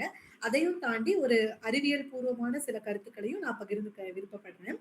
நம்ம ஒரு புத்தகம் படிக்கிறதுனால நம்மளோட கற்பனை திறன் எல்லையற்ற கற்பனை திறன். நான் இந்தியால ஒரு மூலையில இருந்தா கூட நான் ஒரு புத்தகத்தை படிக்கும் போது ரஷ்யால இருக்கிற ஒரு தெரு எப்படி இருக்கும் அப்படிங்கிற வர்ணனைய என்னால ஒரு புத்தகத்தை படிச்சு தெரிஞ்சுக்க முடியும். அதே மாதிரி ஒரு கதாபாத்திரத்தை வந்து சொல்லும் போது புத்தகத்துல ரொம்ப விரிவா அவங்களோட அவங்க தலை முடியிலிருந்து கால் நகம் வரைக்கும் எப்படி இருந்துச்சு அப்படிங்கிறத ரொம்ப ஆழமா விரிவா சொல்ல முடியும். அதே மாதிரி சில புத்தகங்கள் எல்லாம் நம்ம வந்து பார்த்தோம் அப்படின்னா அவங்க வந்து என்ன சாப்பிடுறாங்க அப்படிங்கிறத அவங்க விவரிக்கிறத வச்சே வந்து நமக்கு வாயில வந்து எச்சி ஊறுற அளவுக்கு விவரிப்பாங்க. அந்த மாதிரியான சில புத்தகங்கள் எல்லாம் இருக்கு. அப்புறம் வந்து ஒவ்வொருத்தருக்குமே வந்து வாசிக்கிறதுக்கான வேகம் அப்படிங்கிறது வந்து மாறும் இல்லையா? ஆரம்ப நிலை வாசிப்பாளர்களா இருந்தா கொஞ்சம் நிதானமா, மெதுவா வாசிப்பாங்க. நல்ல தேர்ந்த வாசிப்பாளர்களா இருந்தா வேகமா வாசிச்சு முடிப்பாங்க. அப்போ ஒரு புத்தகத்த வந்து எவ்வளோ நேரம் படிச்சு முடிக்கிறோம் அப்படிங்கிறது, அந்த வாசிப்பு வேகம் ஒவ்வொரு மனிதனுக்குமே வந்து வேறுபடக்கூடியதா இருக்கு. நம்ம புத்தகங்கள் படிக்கிறது மூலமா நம்மளோட மொழி அறிவு அப்படிங்கிறது வந்து அதிக அளவுல வளரக்கூடியதா இருக்கு. நமக்கு வந்து நெறைய சொற்கள் வந்து தெரிஞ்சுக்க முடியுது. ஒரு புத்தகங்கள் வாசிக்கிறது மூலமா, கதைகள் வாசிக்கிறது மூலமா. அதே மாதிரி ஒரு ஒரு புத்தகம் அப்படிங்கிறது வந்து காலத்தை கடந்த அழியா தன்மை இருக்குது. எப்படி இத நான் சொல்றேன் அப்படின்னா, நம்ம வந்து திருக்குறள் அப்படிங்கிறது ஒரு 2000 வருடம் பழமையான ஒரு நூல். ஆனா 2000 வருடங்களுக்கு முன்னாடி இருந்தவங்களும் இதே திருக்குறள தான் படிச்சாங்க. இவ்வளோ வருடங்கள் கடந்து வந்து இப்ப வந்து ஒரு க பள்ளியில படிக்கிற ஒரு 1ஆம் வகுப்பு, 2ஆம் வகுப்பு மாணவனும் அந்த 2000 வருட பழமையான ஒரு நூல வந்து இப்ப வந்து படிச்சுட்டு இருக்கு. அதே திருக்குறள வந்து படிக்கிறாங்க. அது ஒரு விஷயம். அதே மாரி நம்ம நல்ல புத்தகங்கள் படிக்கும்போது நம்மளோட மனநலம் வந்து மேம்படும். ஒரு புத்தகம் படிக்கிறது மூலமா பொறுமை வந்து அதிகமாகும். நம்ம வந்து ஒரு என்ன சொல்றது? முதல் பக்கத்த படிச்சுட்டு, அப்படியே 5வது பக்கத்துக்கு தாவ முடியாது. 2ஆம் பக்கம் படிச்சு, 3ஆம் பக்கம் படிச்சு, அப்ப நமக்கே வந்து அந்த பொறுமை அப்படிங்கிற உணர்வு வந்து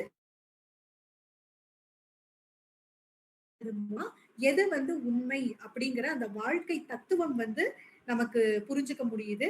அதே மாரி உலகத்துல எந்த மூலையில வேணாலும் நம்ம வந்து பயணம் பண்ண முடியும் புத்தகம் படிக்கிறது மூலமா. அதுக்கப்புறம் கொஞ்சம் அறிவியல் பூர்வமா பார்க்கும்போது, நம்ம புத்தகங்கள் படிக்கிறோம் அப்படின்னு சொன்னா, நல்ல ஆழ்ந்த வாசிப்பு இருக்கும்போது, நரம்புகளுக்கு இடையில வந்து ஒரு புதிய பிணைப்புகள் வந்து உருவாகுது அப்படின்னு அறிவியல் அறிஞர்கள் வந்து சொல்றாங்க. அதே மாதிரி நல்ல ஆழ்ந்த வாசிப்பு நமக்கு வந்து நினைவாற்றலை பெருக்கக்கூடியதா இருக்குது. மன அழுத்தம் குறையக்கூடியதா இருக்கு. அப்புறம் மத்தவங்கள பா நல்ல புத்தகங்கள் வாசிக்கிறவங்களுக்கு வந்து இயல்பாவே வந்து ஒரு அனுதாப உணர்வு, தன்னோட சக மனிதனை வந்து நேசிக்கணும் அப்படிங்கிற ஒரு ஒரு உணர்வு வந்து வருது. அப்புறம் இந்த தன்னை சுற்றி இருக்கிற சமூகத்தை வந்து தெரிஞ்சுக்க கூடிய ஒரு வாய்ப்பு வந்து புத்தகம் வாசிக்கிறதுனால, நல்ல கதைகள் வாசிக்கிறதுனால நம்மளால வந்து தெரிஞ்சுக்க முடியுது. இதெல்லாம் வந்து புத்தகம் வாசிக்கிறதுனால கிடைக்கிற ஒரு நன்மைகள். அதே சமயம் நம்ம வந்து திரைப்படம் பார்க்கிறோம் அப்படின்னு சொன்னா, அதுலயும் நிறைய நன்மைகள் இருக்கு. புத்தகம் வாசிக்கிறதுல கிடைக்காத நிறைய நன்மைகள் வந்து திரைப்படம் பார்க்கிறதுனாலயும் கிடைக்குது. திரைப்படம் அப்படிங்கிறதே வந்து ஒரு தனி மனிதனோ, இல்ல ஒரே ஒருத்தர்னாலயும் அந்த திரைப்படத்த வந்து இது பண்ண முடியாது. அது வந்து ஒரு கூட்டு அனுபவம். அதுல வந்து ஒரு இசை இருக்கணும், ஒரு கதை இருக்கணும், நாடக நடிகர்கள் இருக்கணும், ஒளிப்பதிவு செய்யணும். அத வந்து அந்த ஒளிப்பதிவு செஞ்சு எந்த இடத்துல எத வந்து வைக்கணும் அப்படிங்கிற அந்த எடிட்டிங் வொர்க் இருக்கு. இந்த மாதிரி திரைப்படம் அப்படிங்கிறது வந்து ஒரு கூட்டு அனுபவம். இதுல வந்து எப்படி சொல்றது? எல்லாம் கலந்த ஒரு கலவை. அதுல வந்து ஏதாவது ஒண்ணு குறை இருந்தது அப்படின்னா, அது வந்து மற்றதையும் பாதிக்கும். அதே மாரி எல்லாமே நிறைவா இருக்கும்போது, அந்த கூட்டு அனுபவம் தரக்கூடிய ஒரு அனுபவம் பார்க்கிறவங்களுக்கு ஒரு ஒரு நல்ல அனுபவத்த குடுக்கக்கூடியதா இருக்கும்.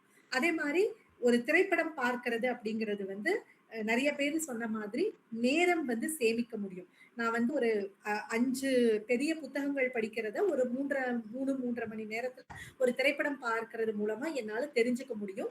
எளிமையா எல்லாரையும் சென்று அடையக்கூடிய ஒரு வழியா இருக்கு. படிக்க தெரிஞ்சவங்க, தெரியாதவங்க எல்லாருக்குமே வந்து திரைப்படம் பார்க்க முடியும். அதே மாரி பெரும்பாலானவங்க சொன்ன அந்த உடனடியா உணர்ச்சிகளை கடத்தக்கூடியது வந்து திரைப்படம் பார்க்கிறதுல வந்து கிடைக்கும். அதுக்கப்புறம் வந்து நம்ம என்ன புத்தகம் வாசிச்சாலும், அத நம்ம கண்ணு முன்னாடி தொழில்நுட்ப வளர்ச்சியில ஒரு பிரம்மாண்டத்துல கொண்டு வந்து குடுக்கறது திரைப்படம். அந்த அனுபவத்த குடுக்கறது வந்து திரைப்படம் தான்.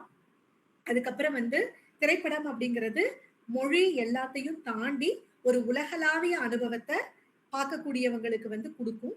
அதே மாதிரி இசை, திரைப்படத்துல இருக்கிற இசை அப்படிங்கிறது வந்து நம்மளோட உணர்ச்சிகளை ஒரு உச்ச கட்டத்துக்கு எடுத்துட்டு போறக்கூடிய ஒரு வலிமை வந்து இசைக்கு வந்து இருக்கும். அதே மாதிரி நிறைய மறக்க முடியாத காட்சிகள் நம்மளோட பங்கேற்பாளர்கள்லாம் நிறைய பேர் சொன்னாங்க, இந்த திரைப்படத்துல இது, இந்த திரைப்படத்துல அப்படின்னு.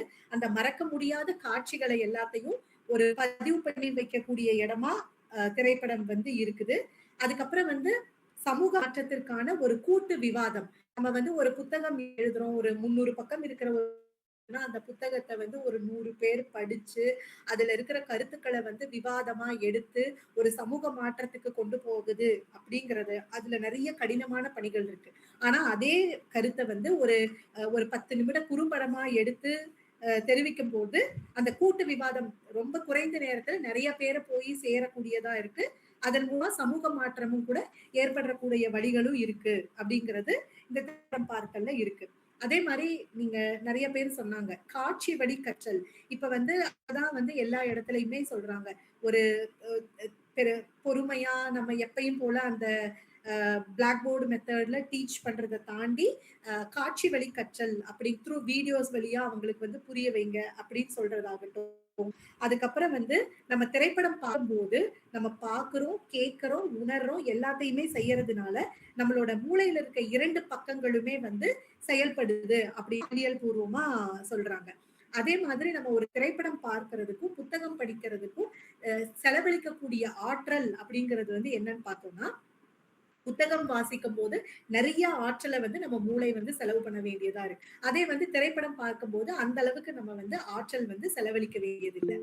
அப்ப இப்ப நம்ம வந்து பார்த்துட்டோம், 2ஓட நன்மைகள் தீமைகள் எல்லாத்தையுமே வந்து பார்த்துட்டோம். இப்ப இது வந்து நம்ம வந்து முடிவு சொல்ல வேண்டிய நேரம். இப்ப நம்மளோட பங்கேற்பாளர்கள் நிறைய பேர் வந்து இந்த திரைப்படம் பார்த்தல்ல அவங்க சொன்ன கருத்துக்கள் வந்து எதை பத்தி இருந்ததுன்னா, ஒரு உணர்ச்சி கொந்தளிப்பை வந்து திரைப்படங்கள் ஏற்படுத்தும் அப்படிங்கிறத சொல்றாங்க. ஆனா இத வந்து ஒரு நடுவரா நான் எப்படி பாக்குறேன் அப்படின்னா, அந்த உணர்ச்சி கொந்தளிப்பு சில நேரம் நன்மையில முடிஞ்சாலும் பல நேரங்கள்ல தீமையில தான் முடிஞ்சிருக்கு.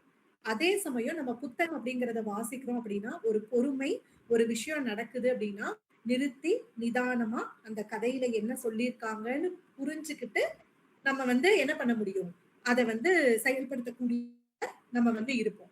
இந்த உணர்ச்சி அப்படிங்கிறது வந்து நம்மளோட உடல்ல மாற்றங்களை கொடுக்கும். ஏன்னா நம்ம உடல்ல வந்து அந்த திரைப்படம் பார்க்கும்போது உதாரணத்துக்கு அந்த கருப்பு அப்படிங்கிற படத்துல நிறைய பேர் சாமி ஆடினாங்க அப்படின்னு சொன்னாங்க இல்லையா, அது எல்லாமே அந்த கதாபாத்திரம் வந்து நம்மளோட அதை பார்க்கும் போது நம்ம உள்ள சுரக்கிறதா அந்த உணர்ச்சிக்கு வந்து காரணமா இருக்குது. அப்ப இந்த உணர்ச்சி நல்ல விதங்கள்ல இருக்குதா அப்படிங்கிறதையும் நம்ம வந்து பார்க்கணும். இப்ப வந்து உதாரணத்துக்கு அதே அந்த கருப்புங்கிற படத்துல வந்து அவங்க அந்த மாதிரி அந்த திரைக்கதை எல்லாம் எழுதி வச்சிருக்காங்க. ஆனா அத வந்து நம்ம ஒரு நல்ல யோசிச்சு பார்த்தோம் அப்படின்னு சொன்னா நமக்கு வந்து இறை நம்பிக்கை எல்லாமே இருக்கு. ஆனா நம்ம வந்து ஒரு ஜனநாயக நாட்டுல இருக்கும்போது அந்த ஜனநாயக பூர்வமா தான் ஒரு பிரச்சனைக்கு தீர்வு காண முடியும். கடவுள் வந்து அப்படிங்கிற அது வந்து ஒரு உணர்வு தானே ஒழிய கடவுளே இறங்கி வந்து நம்மளோட பிரச்சனைகளுக்கு வந்து தீர்வு கொடுக்க மாட்டாரு. அப்ப இந்த ஆழ்ந்த புரிதல் இருக்கிறவங்க அந்த படத்தை வேற மாதிரி பார்ப்பாங்க. அதே வந்து ஒரு ரசிக மனப்பான்மையோட இருக்கிறவங்க வேற மாதிரி பார்ப்பாங்க. அப்ப என்ன ஆகும் அப்படின்னா ஒரு பாமரனுக்கு என்ன புரிதல் கிடைக்கும், நமக்கு என்னாலும் கடவுள் இறங்கி வந்து தீர்வு கொடுப்பாரு அப்படிங்கிறது அது வந்து தப்பா அந்த இடத்துல வந்து கண்மையாகக்கூடிய ஒரு வாய்ப்பும் திரைப்படங்கள் பார்க்கறதுனால கிடைக்குது. மாதிரி ஒரு ஆழ்ந்த வாசிப்பு தான் எப்பயுமே என்ன பண்ண முடியும் அப்படின்னா நிதானமா நமக்கு அடுத்து வரப்போற தலைமுறைக்கு என்ன நல்ல விஷயங்கள் இருக்கும் அப்படிங்கிறத கொடுக்கக்கூடியதா இருக்கும். அதனாலதான் என்ன சொல்றாங்க அப்படின்னா வரலாற்று நூல்களை வந்து நீங்க நிறைய படிங்க. நம்ம முன்னாடி எப்படி இருந்தோம், அந்த நிலைமையிலிருந்து இப்ப நம்ம எப்படி மாறி வந்திருக்கோம் அப்படிங்கிறது வந்து ஒரு வாசிப்புல மட்டும்தான் நமக்கு வந்து கிடைக்கும். அதை தாண்டி இன்னைக்கு நான் வந்து நல்லா இருக்கேன், அப்ப நான் இன்னைக்கு நான் ஒரு இடத்த பாக்குறேன், எனக்கு நான் எல்லாமே நல்லா இருக்கேன் அப்படின்னு சொல்லி அதுதான் உண்மையான சமூக மாற்றம் அப்படிங்கிறது வந்து திரைப்படங்கள்லயோ இல்ல நம்ம பாக்குற அந்த 2 நிமிடம் 3 நிமிட ஷார்ட்ஸ்லயோ வந்து சொல்றது வந்து உண்மை கிடையாது. உண்மையான வரலாறு என்ன, தமிழனோ நம்ம இந்திய வரலாறு எல்லாத்தையுமே நம்ம மட்டும்தான் நம்ம எங்க இருந்து எங்க மாறி வந்தது தெரியும். அப்ப இந்த இன்னைக்கு இருக்கிற இந்த தொழில்நுட்ப உலகத்துல நீங்க வீடியோஸ்ல என்ன வேணாலும் பண்ணலாம். இல்லாத ஒண்ணு வந்து இருக்கிற மாதிரி காட்டக்கூடிய டெக்னாலஜிஸ் வந்து நிறைய வந்துருச்சு. இப்ப இத வந்து நல்ல விதங்கள்ல பயன்படுத்துறது மூலமா பேரவங்க கொஞ்சம் பேரு. ஆனா இதே இந்த காட்சி வழி கற்றல்ல வந்து மோசமான வழியில பயன்படுத்துறது மூலமா ஒரு தப்பான விஷயங்களோ ஒரு ரூமரோ வந்து எவ்வளவு வேகமா நம்மளால நினைச்சு பார்க்க முடியாத அளவுக்கு வேகமா பரவி தப்பான ஒரு விஷயம் வந்து கன்வே ஆகுறதுக்கும் இந்த திரைப்படங்களோ இல்ல இந்த குறும்படங்களோ வந்து ரொம்ப அதிகம் இருக்கிறது வந்து இப்போ ஒரு காரணமா நம்மளே பாக்குறோம் இல்லையா? பெரிய பெரிய அரசியல் மாற்றங்கள் எல்லாமே வந்து நம்ம சமூகத்துல நடந்ததுக்கு காரணமும் இதுதான். அந்த உணர்ச்சி கொந்தளிப்பு எனக்கு வந்து இப்போதைக்கு நான் சந்தோஷமா இருக்கேன். இப்ப வந்து ஒரு தப்பு பண்ண உடனே அந்த இடத்துல ஒரு தண்டனை. ஆனா மக்களாட்சியில அதெல்லாம் சாத்தியமா? கண்டிப்பா சாத்தியமே இல்லை. அப்ப இந்த மாதிரி நிறைய விஷயங்கள் வந்து திரைப்படம் பார்த்து அதன் மூலமா நம்ம வந்து ஒரு கதைகளை தெரிஞ்சுக்கிறது, சில கடினமான விஷயங்களும் சில தவறான தகவல்கள் வந்து போறதுக்கு வாய்ப்புகளும் இருக்கு.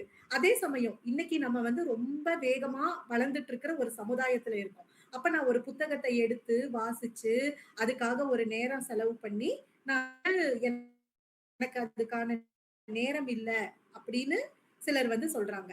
ஆனா நம்ம வந்து உட்கார்ந்து எவ்வளவு நேரம் அந்த ஒரு நம்மளோட மொபைல் போன்ல ஷார்ட்ஸ் எல்லாம் பார்த்து நிறைய நேரங்கள் வந்து வீணடிக்கிறோம். அப்ப அது வந்து ஒரு எக்ஸ்கியூஸா நம்ம சொல்ல முடியாது. அந்த இடத்துல வந்து நேர மேலாண்மை அப்படிங்கிறது வந்து கண்டிப்பா முக்கியமான விஷயமாவும் நம்ம வந்து பார்க்கணும். அப்ப எல்லாராலையுமே வந்து பார்க்கவும் முடியும். நான் முதல் வழியா கத்துக்கிறது அப்படிங்கிறது தவறுன்னு சொல்ல வரல. ஆனா நல்ல கதைகளை தெரிஞ்சுக்கிறது ரொம்ப ரொம்ப முக்கியம். அதே சமயம் போலிகளும் தவறான தகவல்களும் சமுதாயத்துல வந்து ஒரு தப்பான வழியில முன்னேறி போயிடக்கூடாதுங்கிற ஒரு ஒரு கடமை உணர்ச்சி, ஒரு எத்திக்ஸ் வந்து நம்ம எல்லாருக்குமே இருக்கணும் அப்படிங்கிறத நான் இந்த இடத்துல வந்து ஒரு நீதிபதியா பதிவு பண்ணிக்க விருப்பப்படுறேன். என்னோட முடிவுல வந்து கடைசியா நான் என்ன சொல்ல விருப்பப்படுறேன் அப்படின்னு சொன்னா, புத்தகம் அப்படிங்கிறது வந்து ஒரு விதை மாதிரி. ஒரு கதையோட ஆணிவேர், அதன் ஆன்மா, ஆழம் மற்றும் கற்பனை திறன் அனைத்துமே புத்தகத்தில் இருந்துதான் தொடங்குகிறது. அது ஒரு மனிதனை உள்ளுக்குள் இருந்து செதுக்குகிறது. அந்த செதுக்குகிறது அப்படிங்கிறது வந்து அது ஒரு ஒரு ஒரு கண்ணை மூடி முடிக்கிறதுக்குள்ள ஒரு மேஜிக் மாதிரி நடக்காது. அது வந்து ரொம்ப ஸ்லோ அண்ட் ஸ்டெடி ப்ராசஸா மெதுவா தான் நடக்கும். ஆனா அப்படி புத்தகங்களால செதுக்கப்பட்ட ஒரு மனிதன் வந்து வளர்ந்து வரும்போது அது வந்து கொடுக்கக்கூடிய பலன் பெரிய அளவுல இருக்கும். அதே வந்து நம்ம திரைப்படம் அப்படிங்கிறது வந்து ஒரு அழகான பழம் மாதிரி. அது வந்து அந்த கதைக்கு நம்ம உயிர்த்து அதுக்கு நிறைய தொழில்நுட்பங்களை எல்லாம் பயன்படுத்தி வண்ணங்கள் தீட்டி இசை அமைச்சு கோடிக்கணக்கான மக்களை ஒரு ஒரு ஒரு குறைவான நேரத்துல போய் சென்று அடையறதுக்கு ஒரு பிரம்மாண்டமான ஊடகமா திரைப்படம் வந்து இருக்குது. ஆனா அந்த திரைப்படத்துல நம்ம என்ன கருத்துக்களை பொதுமக்களுக்கு சொல்றோம் அப்படிங்கிறது ரொம்ப ரொம்ப முக்கியம். நம்ம வந்து பார்த்திருக்கோமா, ஏதாவது ஒரு அந்த கதையை தான் நம்ம வந்து கொண்டாடுவோமே ஒழிய அந்த கதையில இருக்கிற கதாநாயகனை தலையில தூக்கி வச்சு அவங்கதான் என்னோட வாழ்க்கையில பெரிய மாற்றத்தை கொண்டு வருவாங்கன்னு நம்ம எந்த புத்தகத்திலையும் கொண்டாட மாட்டோம். ஆனா திரைப்படத்துல நமக்கு பிடிச்ச ஒரு கதாநாயகன் தான் அவர்தான் எல்லாமே அப்படிங்கிற ஒரு பிம்பம் வந்து வரதுக்கான வாய்ப்புகள் இருக்கு இல்லையா? ஆனா உண்மையிலேயே திரைப்படம்ங்கிறது நான் சொன்ன மாதிரி ஒரு கூட்டு முயற்சி. அதுல சரியான இசை அமையலைன்னா அது திரைப்படம் வந்து வெற்றி அடையாது. அப்ப அந்த பகுத்து அறியிற திறன் வந்து எல்லாருக்குமே ரொம்ப ரொம்ப முக்கியம். அப்ப அந்த பகுத்து அறியிற பார்வை வழியா நம்ம திரைப்படங்கள்ல எளிமையான முறையில கற்றுக்கலாம். ஆனா அந்த பகுத்தறியிற திறன் அப்படிங்கிறது பொறுமையா நிதானமா வாசிக்கிறது மூலமா மட்டும்தான் கிடைக்கும். அந்த வாசிப்பு அனுபவம் அப்படிங்கிறது வந்து கண்டிப்பா புத்தகங்கள் வாசிக்கிறதுல வழியாதான் கிடைக்கும். இன்னைக்கு இருக்கிற இந்த ஜென்சி தலைமுறைகளோ இல்ல ஜென் தலைமுறைக்கோ வந்து ஒரு ஒரு ஆழ்ந்த யோசிக்கக்கூடிய திறன் வந்து குறைவா இருக்கிறதுக்கு காரணம் வந்து 80கள் 90கள்ல பிறந்த குழந்தைகளுக்கு புத்தகங்கள் தான் ஒரே வழி. அவங்களோட தெரிஞ்சுக்கிறதுக்கு. ஆனா உங்களுக்கு வந்து தொழில்நுட்பம் வந்து இருக்கிறதுனால புத்தக வாசிப்பு முழுவதுமா வேண்டாம் அப்படின்னு ஒதுக்கக்கூடிய இடத்துல தான் இருக்குது. அது வந்து ரொம்ப ரொம்ப தப்பான விஷயம். நிறைய புத்தகங்கள் படிக்கணும். நல்ல நல்ல கதைகள் வந்து புத்தகத்தின் வழியா படிச்சு தெரிஞ்சுக்கும்போது நமக்கு வந்து வளர ஆரம்பிக்கும். நீங்க வந்து ஒரு 30, 35 வயதை அடையும் பொழுது கண்டிப்பா என்ன ஆகும்னா அந்த மாற்றத்தை நீங்களே வந்து பார்ப்பீங்க. அப்ப கதைகள வந்து தெரிஞ்சுக்கிறதுக்கு புத்தக வாசிப்பு மிக மிக முக்கியம். அத வந்து மெருகேற்றுறதுக்கு திரைப்படங்கள் வந்து முக்கியம் அப்படிங்கிறது என்னோட தீர்ப்பா நான் இந்த இடத்துல வந்து பதிவு பண்ணிக்க விருப்பப்படுறேன். இவ்வளவு நேரம் பொறுமையா கேட்ட உங்கள் அனைவருக்கும் மனமார்ந்த நன்றிகள். வாய்ப்புக்கு வாகை தமிழ் சங்கத்திற்கும் வாகை மாணாக்கர் மன்றத்திற்கும் நன்றிகள். நன்றி அம்மா, நன்றி அம்மா. மிகவும் சிறப்பானது ஒரு பட்டிமன்றம். நல்ல சிரிப்பாகவும் சென்றதுன்னு கூட சொல்லலாம். மிக்க நன்றி அம்மா. இந்த பட்டம் வந்து ரெக்கார்ட்ல இருக்கு அப்படின்றது எல்லாருக்குமே தெரியும். ரெக்கார்ட் வந்து பாத்தீங்கன்னா டிரைவ்ல முடிஞ்சதுக்கு அப்புறம் நாங்க லிங்க்ல யூடியூப்ல அப்லோட் பண்ணிட்டு உங்க குரூப்ல அனுப்பிடுவோம். அது போக சர்டிபிகேட்டும் பாத்தீங்கன்னா வாகை விவாத மேடை அப்படின்ற குரூப்ல டாக்குமெண்டா ஷேர் பண்ணிடுவோம் ma'am. So thank you to all. Sorry, நன்றி, அனைவருக்கும் நன்றி. மீண்டும் அடுத்த வாய்ப்புக்கு அனைவரும் வந்து உங்கள் பங்களிப்பை அளிக்க வேண்டும் என்று கூறி விடைபெறுகிறேன். நன்றி, வணக்கம். நன்றி அம்மா. நன்றி, வணக்கம். இந்த குழுல இணைஞ்சிருக்கிற உங்களுக்கெல்லாம் வந்து ஒரு சிறிய வேண்டுகோள். நீங்க எல்லாருமே வந்து இந்த மாணாக்கர் மன்றத்துல ரொம்ப அழகா நிறைய கருத்துக்களை வந்து பேசுனீங்க. நான் வந்து ஒரு நடுவரா இருந்தா கூட நிறைய விஷயங்கள் வந்து நான் தெரிஞ்சுக்கிட்டேன் நீங்க சொன்னது வழியா. நான் வந்து வாகை பணுவல் மன்றத்துல இருக்கிறேன், ஆக்டிவ் மெம்பர் நானு. உங்களுக்கு வந்து இதுல நிறைய பேரு ரொம்ப நல்லா பேசுனீங்க. அதனால நீங்க எல்லாருமே வந்து வாகை பணுவல் மன்றத்துக்கு வரணும். எங்களோட மாதாந்திர புத்தக பகிர்வு நிகழ்வுல வந்து நீங்க வந்து கலந்துக்கணும். உதாரணத்துக்கு சொல்ல போனா தங்க வைஷ்ணவி, ராதிகா, சஞ்சய், விஷ்ணு, வித்யா பாரதி எல்லாம் எல்லாருமே அருமையான கருத்துக்கள் எல்லாம் சொன்னீங்க. நீங்க அந்த மன்றத்திலையும் வந்து புத்தகங்களை வாசிச்சு திரைப்படத்துக்கு சப்போர்ட் பண்ணியிருந்தா கூட புத்தகங்களை வாசிச்சு எங்களோட பங்கேற்பாளர்களோட உங்களோட கருத்துக்களை வந்து பகிர்ந்துக்கணும் அப்படின்னு சொல்லி இந்த நேரத்துல உங்க எல்லாருக்கும் நான் வந்து ஒரு நடுவரா அன்பு கட்டளை வந்து இடுறேன். கண்டிப்பா அடுத்த மாதம் நீங்களும் வந்து பணுவல் மன்றத்துல கலந்துக்கோங்க. உங்களோட கருத்துக்களை ரொம்ப சுருக்கமா இருந்தா கூட நீங்க வந்து பதிவு பண்ணலாம். நான் வந்து ஆர்வமா காத்துட்டு இருப்பேன் உங்களுக்காக பணுவல் மன்றத்துல. நன்றி அம்மா, நன்றி. நன்றி. விடைபெற்றுக் கொள்ளலாம் அனைவரும். நன்றிப்பா விஷ்ணு. நன்றிங்கம்மா, நன்றிங்கம்மா.